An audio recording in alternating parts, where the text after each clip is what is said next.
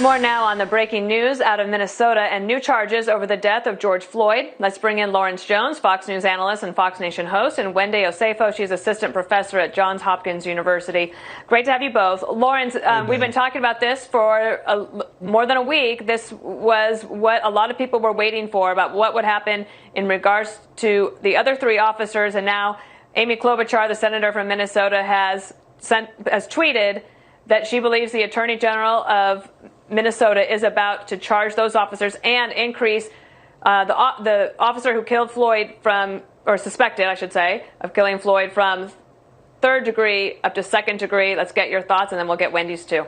Yeah, it's crazy that she's the one announcing this, because maybe if she would have did her job in the first place, we wouldn't be here talking about this. But that's beside the point. Dana, we talked about this Friday, and I kind of set the scene for this based on the evidence that was provided for us, and just with my experience, that there was a case to be made that the intent was there based on the pulse situation. When one officer tells him to turn him on his side, and then the other officer takes the pulse, and then after that he stays on his neck for 2 minutes and 46 seconds after that. And so I'm assuming this was presented to the grand jury. I think it's going to be hard for the first degree, but the second degree definitely made sense to me on Friday. And Wendy, what about the fact that the other three officers are expected to be charged today? We need those charges against the other three officers. And I'm glad to hear that Minnesota will be bringing those charges, because in this country, we have a system of racial injustice. We continue to fight as Black people for equality, and to see people who are supposed to be the peacekeepers in our society continuously harm people of color, Black people, and then get away with it is a problem, and it needs to be addressed. So yes, I am glad that there are going to be charges against the other three officers.